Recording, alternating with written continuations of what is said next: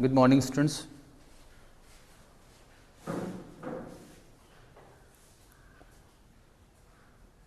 We have learned about the effects of temperature and pressure on the amount of adsorption, that is in physical absorption and on chemical absorption. Students, Freundlich in 1909 give an empirical relationship which shows the variation of amount of absorption, which is also called as extent of absorption. Extent of adsorption and pressure at the condition of constant temperature.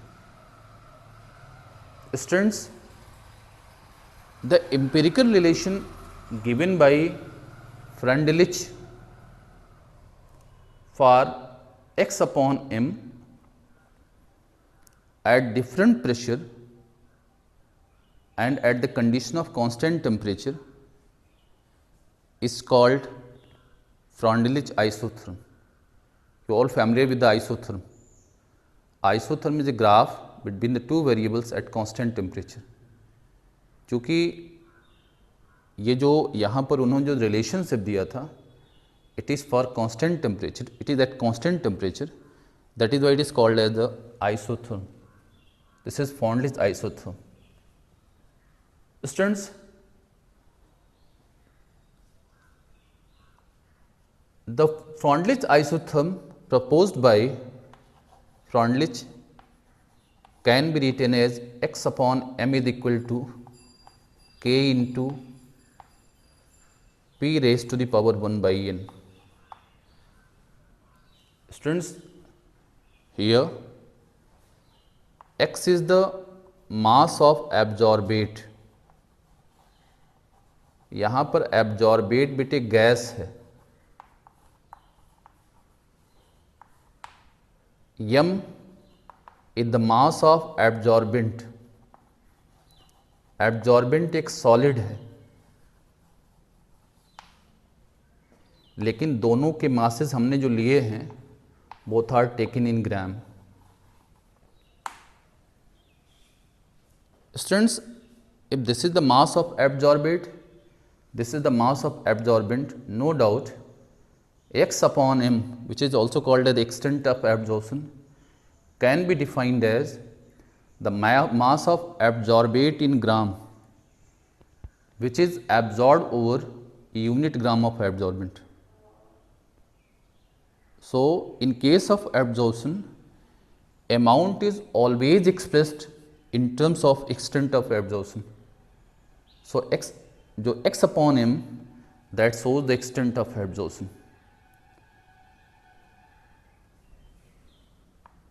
The relationship given by Freundlich is x upon m is equal to p raised to the power n. Listen, k is a constant and n is a whole number whose values lies between 0 and 1. It is a whole number. Students, the value of k as well as the value of n, that depends on the nature of absorbate. मतलब gas कैसी है, आपने gas कौन सी ली है, और यहाँ पे solid absorbent आपने कौन सा लिया हुआ है. Students, let us take the log of both sides of relation 1. जो पहला रिलेशन एम्पेरिकल ने दिया था, जो एम्पेरिकल रिलेशन जो फ्रॉन्टिच ने दिया था, उसके दोनों साइड का आप लॉग लीजिए. जब आप लॉग लेंगे तो left side become log x upon m and your right side become log k plus 1 by n log p. This is also written as 1 by n log p plus log of k.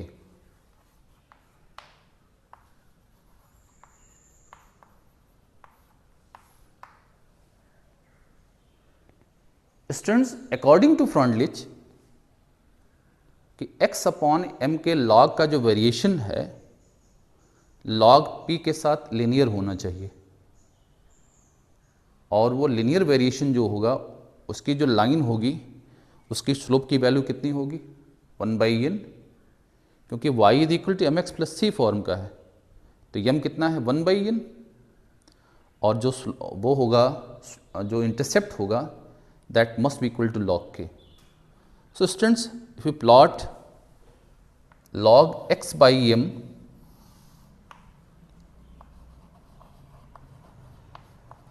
on vertical axis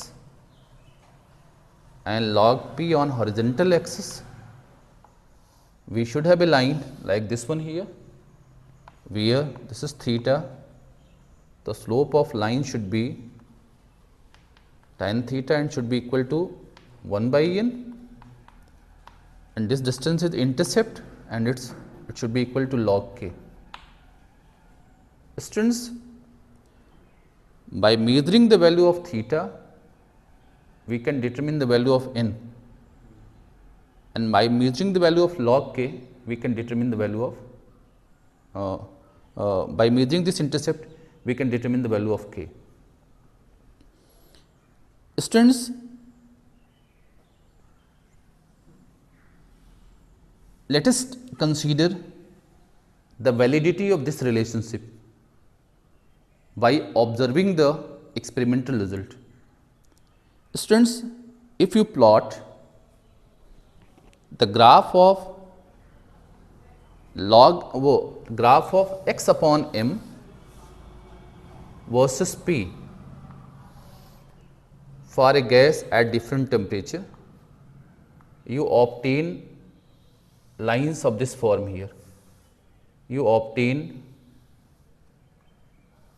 lines of this form here.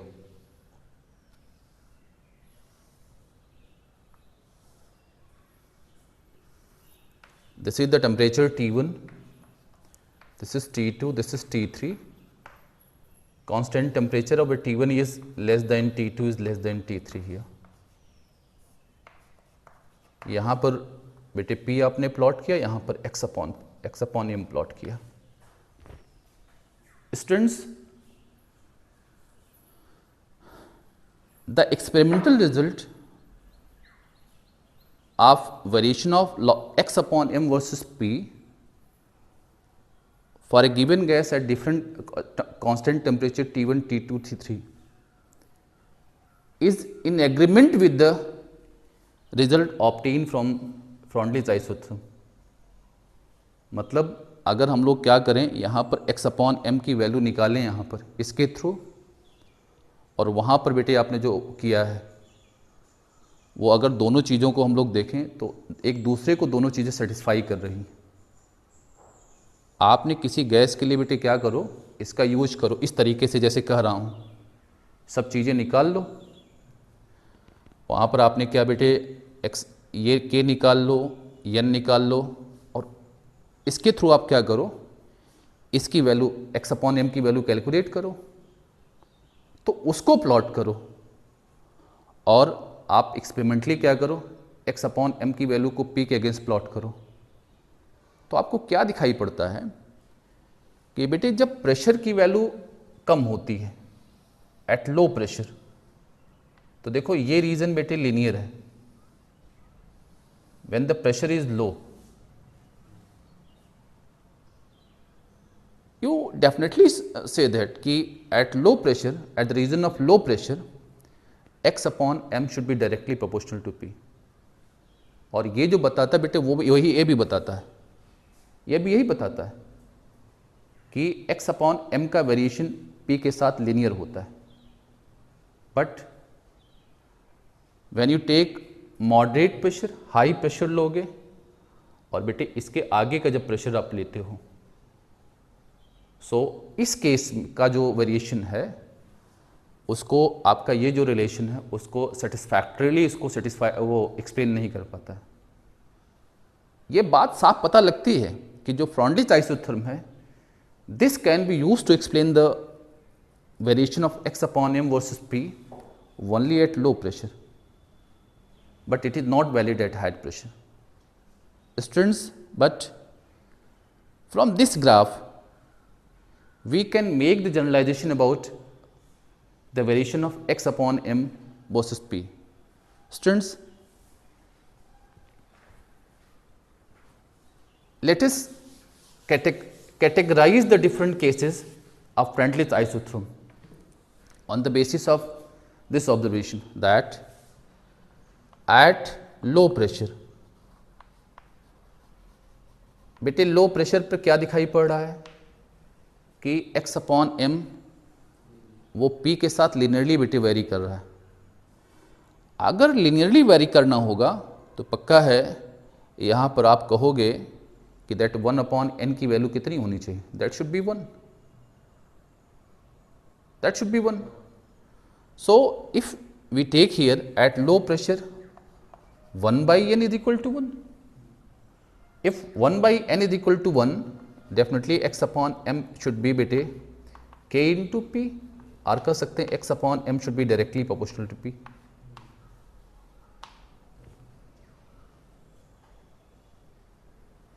It's very important here.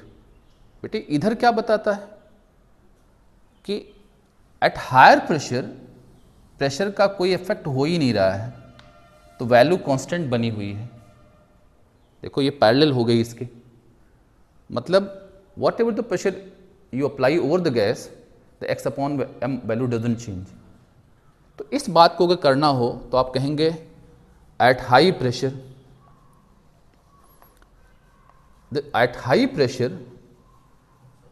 X upon m वो 1 by n should be equal to 0। If 1 by n should be equal to 0, no doubt x upon m should be equal to k. मतलब आप कह सकते हो कि high pressure पे क्या है, जो x अपॉन m वो p के इंडिपेंडेंट है। वो मतलब प्रेशर आप हाई कर दोगे गैस का तो पक्का है वहाँ पर x अपॉन m वैल्यू का इफेक्ट नहीं करेगा। बट फॉर इंटरमीडिएट प्रेशर जो वेरिएशन है वो देखो कर्वीलिनियर कर्व्ड है, ऐसे है, ऐसा करके है। तो कर्व वेरिएशन बेटे तब आपको मिलेगा जब आपकी क्या होगी 1 by n वैल्यू क्या करेगी, that lies between 0 and 1। So अगर इस पे लाई करेगी तो no doubt x upon m should be equal to k into p raise to power 1 by n। Students, so this is all about the Freundlich isotherm for gaseous absorbate and solid absorbent. Students, now we have another case of Freundlich isotherm. The second case of Freundlich isotherm is for absorption in solution phase. मतलब solution में कैसे absorption होता है। जैसे gas का किसी solid पे absorption होता है, उसी तरह सॉल्यूशन में भी क्या ये जो प्रोसेस ऑफ एब्जॉर्प्शन है ये भी वहाँ होती है। इसको अगर आपको जानना है तो मैं आपको एग्जांपल देता हूँ। लिसन, वो ऐसा है कि मान लो आपको मैंने एसिटिक एसिड का सॉल्यूशन बना के दे दिया, that we have a solution of acetic acid, aqueous solution of acetic acid। और इस एसिटिक एसिड सॉल्यूशन में आप करो क्या, जो सॉलिड चारकोल है बेटे उसको डाल दो। तो पहले आप जो एसिटिक एसिड सॉल्यूशन बना रहे हो बेटे उसकी कंसंट्रेशन आप मेजर कर लो, उसकी कंसंट्रेशन। और फिर बेटे आप क्या करो, इसमें आप चारकोल ऐड कर दो।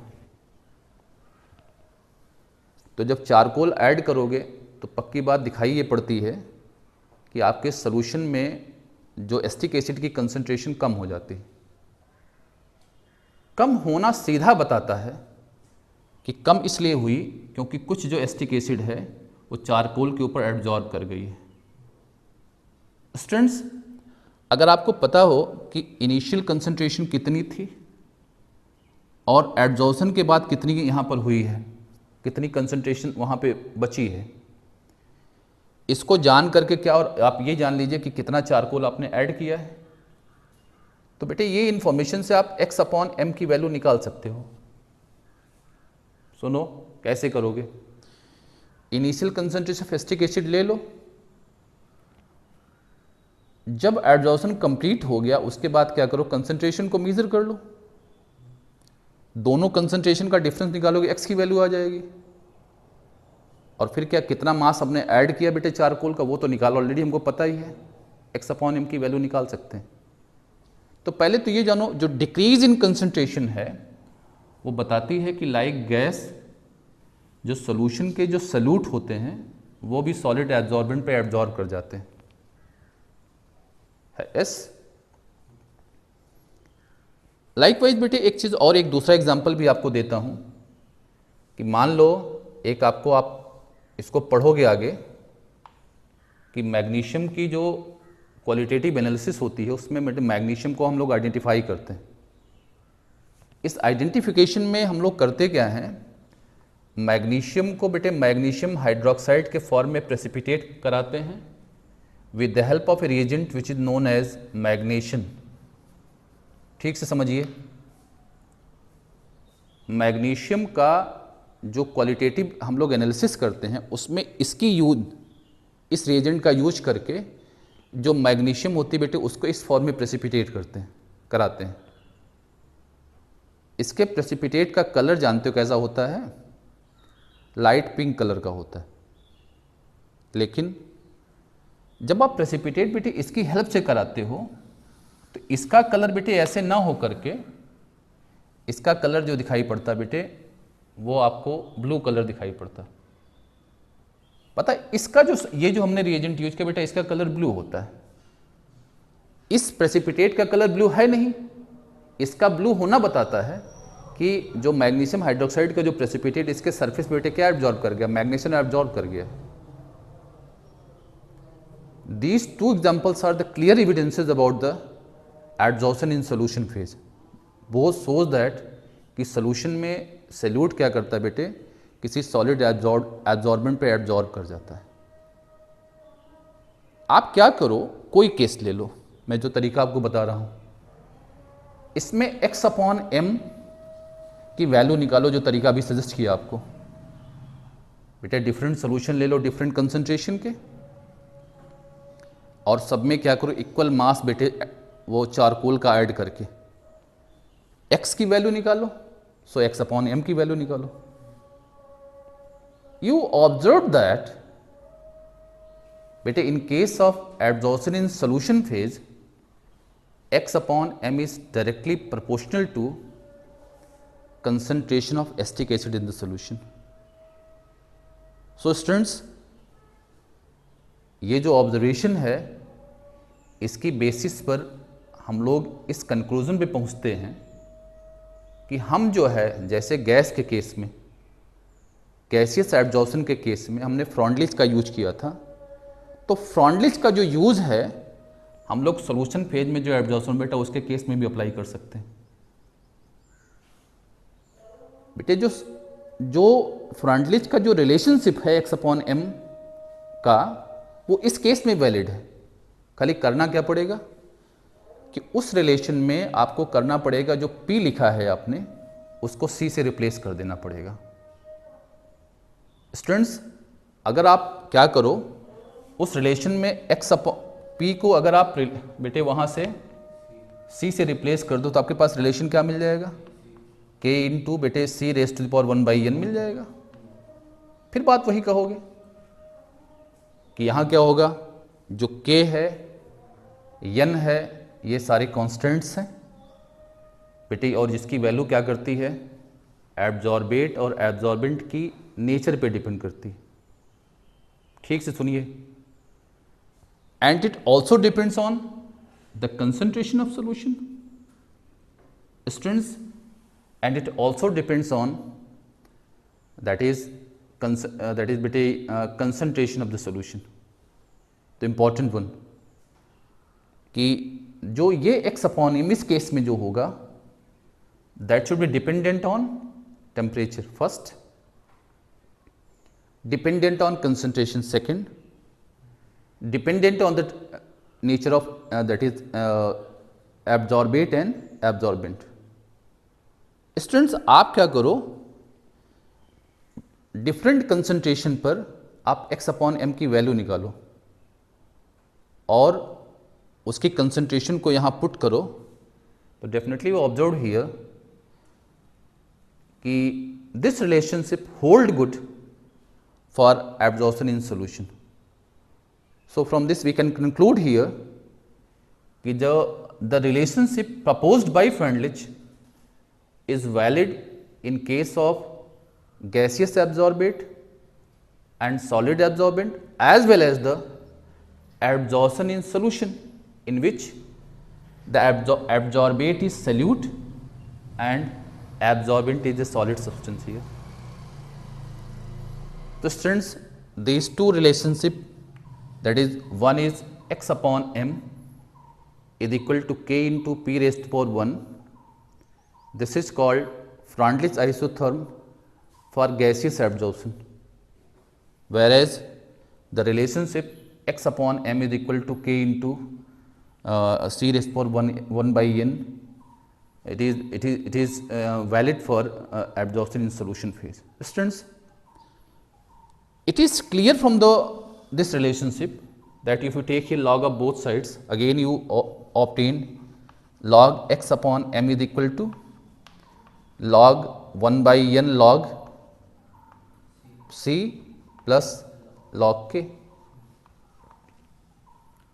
Students, again if you plot here a graph of log x by m against log c, you obtain a line with slope is equal to 1 by n and intercept is equal to log k. So उसी तरह से आप क्या कर सकते हो, n की value निकाल सकते हो, k की वैल्यू निकाल सकते हो, और ये निकाल करके आप क्या करो, वैल्यू पुट करके x अपॉन m की वैल्यू निकालो इस फॉर्मूले से, और आप इस तरह से x अपॉन m की वैल्यू निकालो, तो आपको मिलेगा both the results, the result obtain from Freundlich isotherm and result beta obtain from experiments, both are in agreement with each other. That is why we can say here कि this relationship for absorption in gaseous solute and solid absorbent. Students, now we have another case. ये जो आपने graph plot किया बेटे, चाहे पहला वाला plot किया चाहे इसमें, all the graphs are plot at constant temperature. उस वाले में आपने कांस्टेंट टेम्परेचर रखा था, यहाँ भी टेम्परेचर को कांस्टेंट रखा है। तो डेफिनेशन के मुताबिक बेटे क्या होना चाहिए कि जब दो वेरिएबल्स में कोई ग्राफ प्लॉट करते हैं वहाँ टेम्परेचर को कांस्टेंट रखते हैं तो कहते हैं वो आइसोथर्म है। Iso means same, therm means temperature.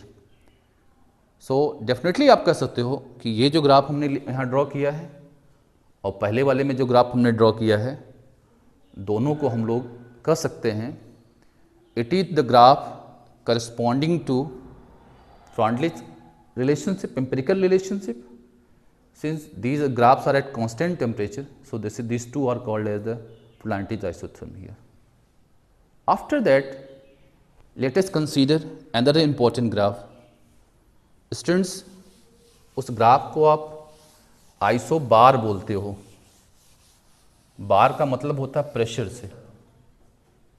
Iso बार मतलब करना क्या है, आपको यहाँ पे प्रेशर को कांस्टेंट कर देना है।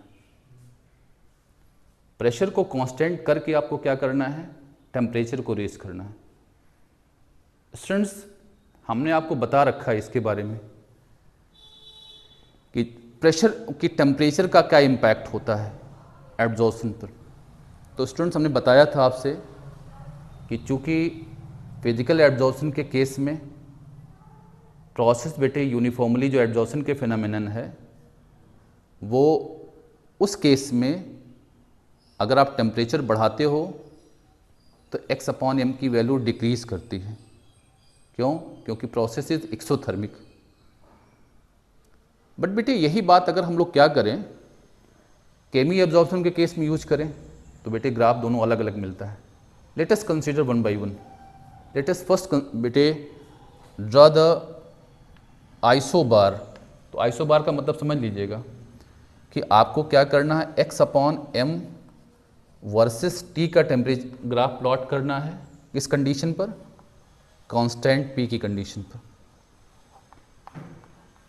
स्टूडेंट्स बहुत ढंग से सुनिए इस बात को। वहाँ पर हमने x/m वर्सेस p का ग्राफ प्लॉट किया था, किस कंडीशन में? कांस्टेंट टेम्परेचर पर। यहाँ क्या कर रहे हैं, x/m का t के अगेंस्ट ग्राफ प्लॉट कर रहे हैं, किस कंडीशन में? कांस्टेंट प्रेशर की कंडीशन में। स्टूडेंट्स तो हम इसके दो केसेस बनाते हैं। केस फर्स्ट, फिजिकल एब्जॉर्प्शन का case.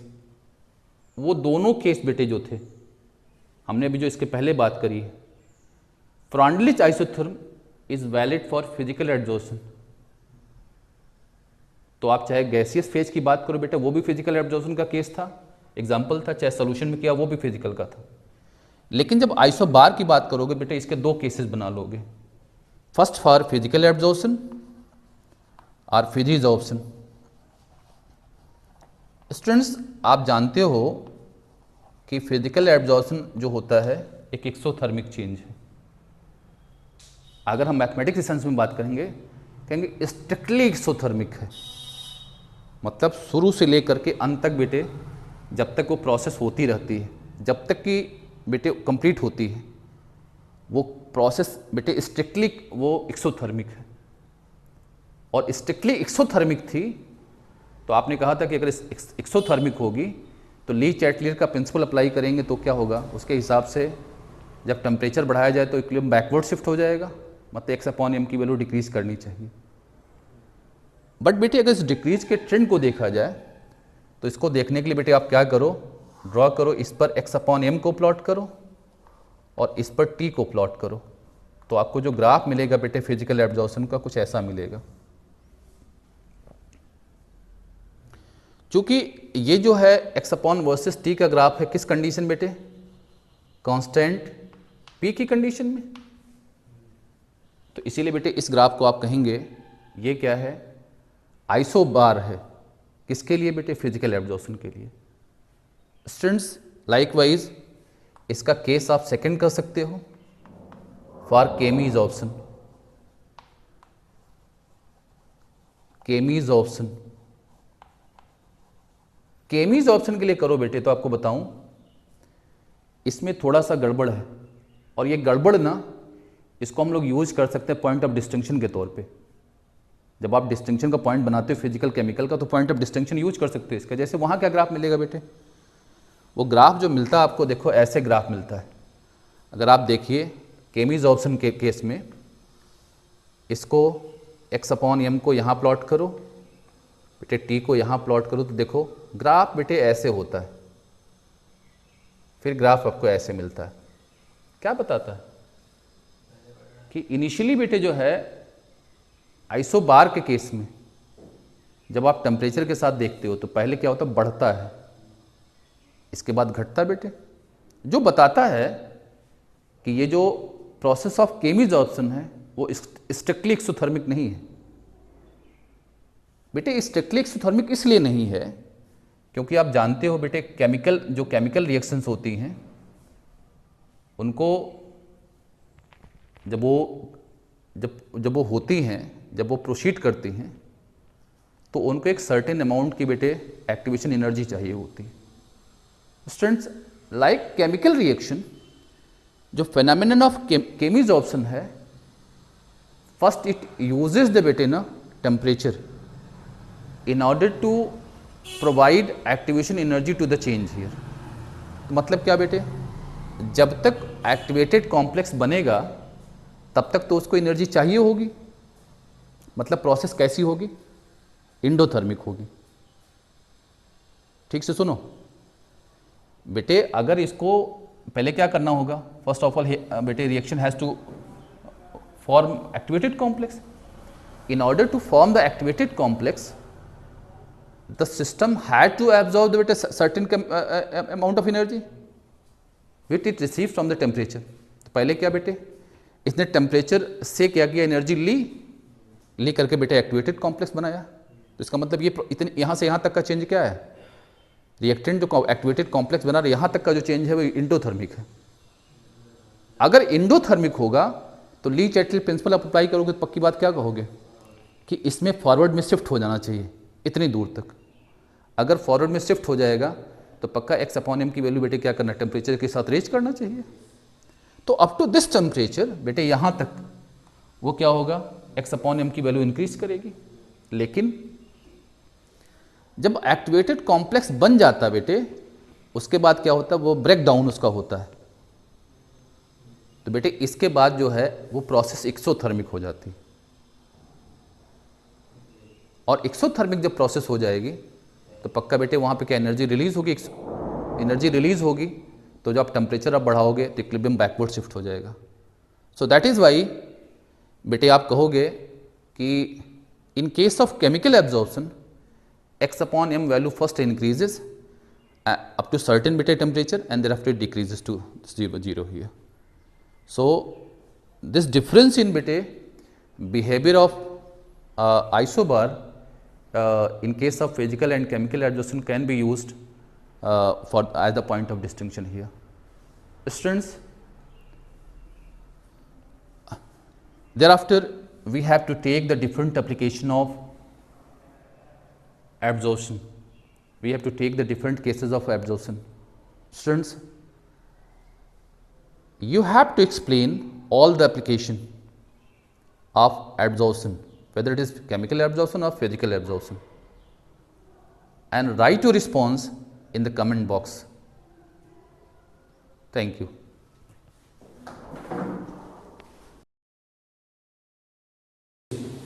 Is valid for solution phase, adsorption in solution phase, where the first relationship that is valid for